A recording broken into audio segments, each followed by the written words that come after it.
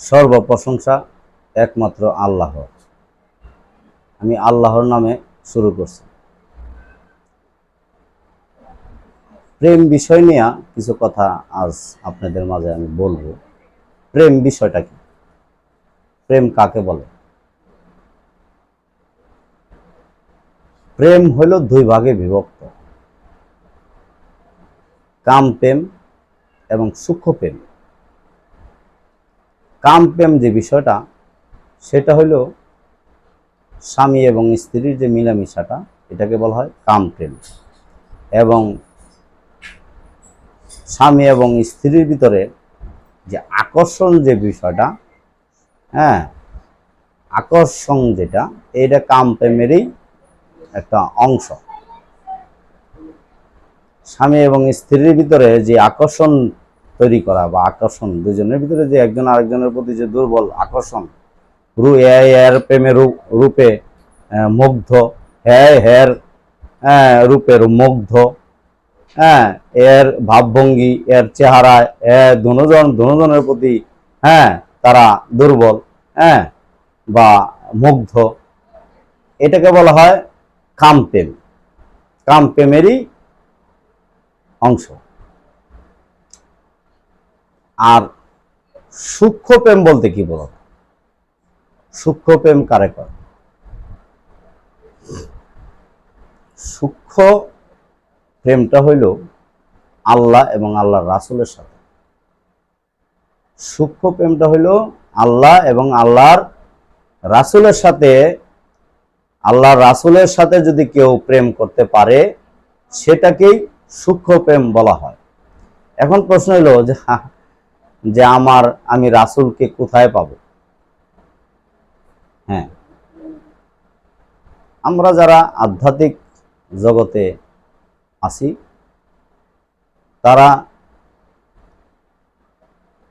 তাদের রাসূল বিষয় কি? যার যার পীর তার জন্য নায়েবে রাসূল।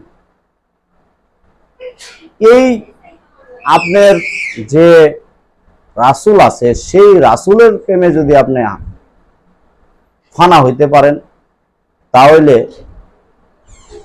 এই রাসূলের রূপটাই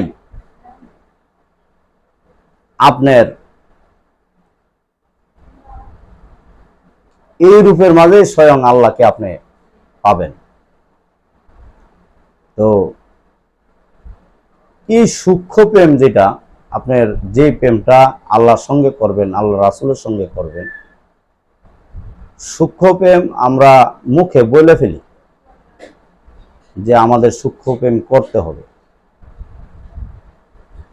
তো স্বামী এবং স্ত্রীর রূপে যদি একজন আরেকজনের রূপে যদি মুগ্ধ হয়, তাহলে সূক্ষ্ম প্রেমের, এটা কাম প্রেমের ক্ষেত্রে যদি মুগ্ধ হয়, একজন আরেকজনের প্রতি কি একটা আকর্ষণ তৈরি হয়, চুম্বকের মতো, নাকি? একটা চুম্বক আর একটা চুম্বকের মতো আকর্ষণ তৈরি হয় কিন্তু, যে না জানি কত তারে ভালো লাগে। তো সূক্ষ্ম প্রেমের ক্ষেত্রেও কিন্তু এরকমই হইতে হবে, বা এর চেয়ে অধিক হইতে হবে। যে কেমন অধিক হইতে হবে, যে কেমন আপনার রাসূলের প্রেমে ফানা হইতে হবে। আপনার এই যে রাসূল আছে, সেই রূপে আপনার এই রূপের সনে আকর্ষণ তৈরি করতে হবে। আকর্ষণ তৈরি করতে হবে। যতক্ষণ পর্যন্ত আপনার মুর্শিদের রূপে, আপনার রূপের সনে আপনি আকর্ষণ এই রূপের সঙ্গে প্রেম না করতে পারবেন, ততক্ষণ পর্যন্ত আপনি প্রেমিক না, সূক্ষ্ম প্রেমিক না। আপনি যদি প্রেম করতে হয়, তাহলে একটা আকার দরকার আছে। তো আকার ছাড়া তো আপনি প্রেম করবেন কার সাথে? এখন প্রশ্ন আয় যে এই যে আপনি যে কথাগুলি বলতেছেন, এই যে কথাগুলির ডকুমেন্ট কি বা প্রমাণ কি, বা এইভাবে কিভাবে? কিছু কিছু কথা আছে বুঝে নিতে হয়। আর যদি কিছু দলিল বলেন, আমি দলিল বলি। যেরকম সূরা ফাত্তাহ 10 নম্বর আয়াত, এখানে বলছে যারা আপনার কাছে বায়াত গ্রহণ করেছে তারা তো আল্লাহর কাছে করেছে, অতএব আল্লাহর হাত তাদের হাতের উপর রয়েছে। অতএব যারা কি এনে কি বলেছে, যারা রাসূলের হাতে হাত রাখছে, যারা নবীর হাতে হাত রাখছিল, তারা আল্লাহর হাতে হাত রাখছে। হ্যাঁ, তো এখানে বর্তমান যুগ, এটা তো বেলায়েতের যুগ, এটা তো নবুয়ত যুগ ছিল। তো বেলায়েতের যুগে এখন ওই দায়িত্বটা যারা পালন করতেছে, এরা তো কি, এরাও তো রাসূল। এই রাসূলের রূপে এই যে কইতাছে, যারা আমার রাসূলকে ভালোবাসে, আল্লাহ নিজেই বলতেছে যারা আমার রাসূলকে ভালোবাসে তারা আমাকেই ভালোবাসে। তাহলে এখানে কি একটা বিষয়, তো আপনার মন তো একটা, কারে দিবেন আপনার মনটা? আপনি কি রাসূলকে মনটা দিবেন, আপনার রাসূলকে মনটা দিবেন, না আপনার স্ত্রীকে মনটা দিবেন, না নারীকে মনটা দিবেন, অন্য নারীকে? সূক্ষ্ম প্রেম যদি আমরা বিশ্লেষণ করি এত সোজা না। আমরা তো মুখে বলি যে আমি একজন বড় প্রেমিক, কিভাবে কথার কাজে দেখেন না কতটুকু মিল আছে। আপনার মন তো একটা, একটা মন আপনারা কয়জনের দিবেন? একটা মন কি দুইজনের দেওয়া যায়?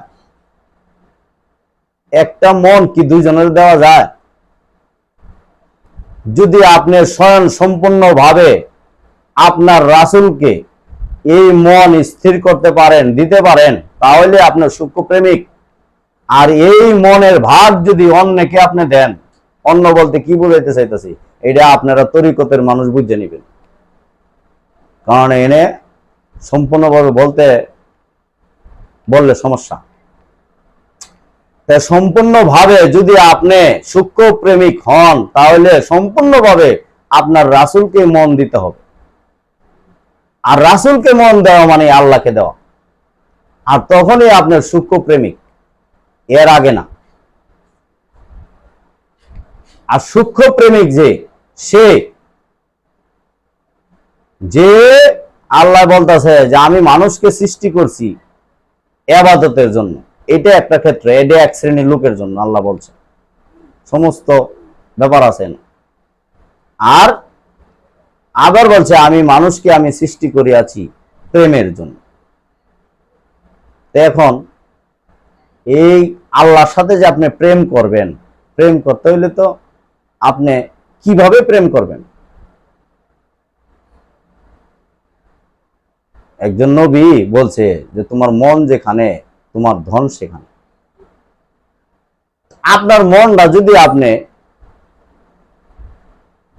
আপনার রাসূলকে দিয়ে দেন, মন তো একটাই, এই মনটা আবার আরেকজনের কিভাবে দিবেন? যখন তো আপনি আরেকজনের দিলেন, তখন কিন্তু আপনি ওই প্রেমিক, সূক্ষ্ম প্রেমিক হইতে পারলেন না।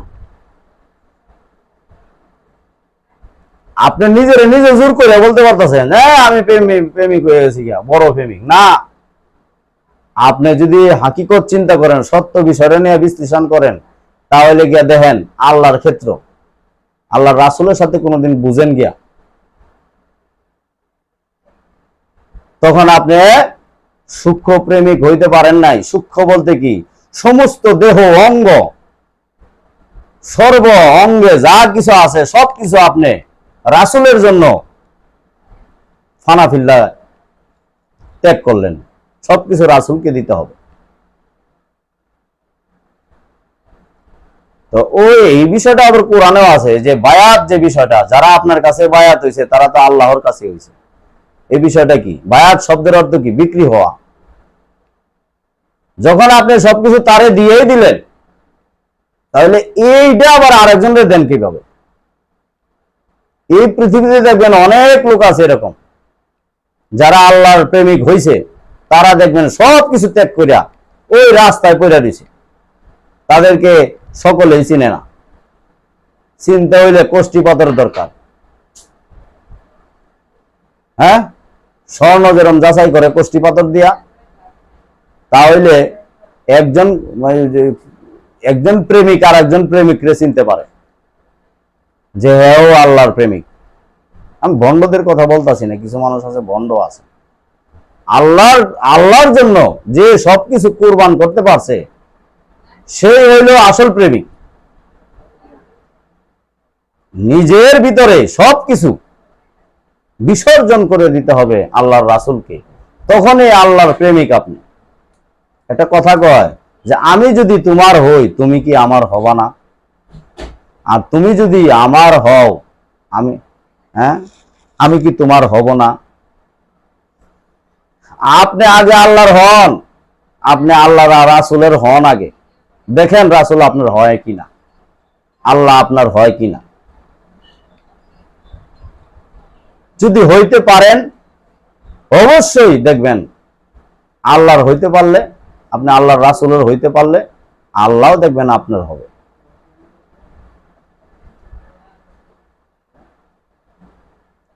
সূক্ষ্ম প্রেমিক যদি হইতে হয় তাহলে আল্লাহর রাসূলকেই আপনি সম্পূর্ণভাবে মন প্রাণ যা কিছু আছে সবকিছু তার মাঝে উজাড় করে দেন, তাহলে সূক্ষ্ম প্রেম করা সম্ভব।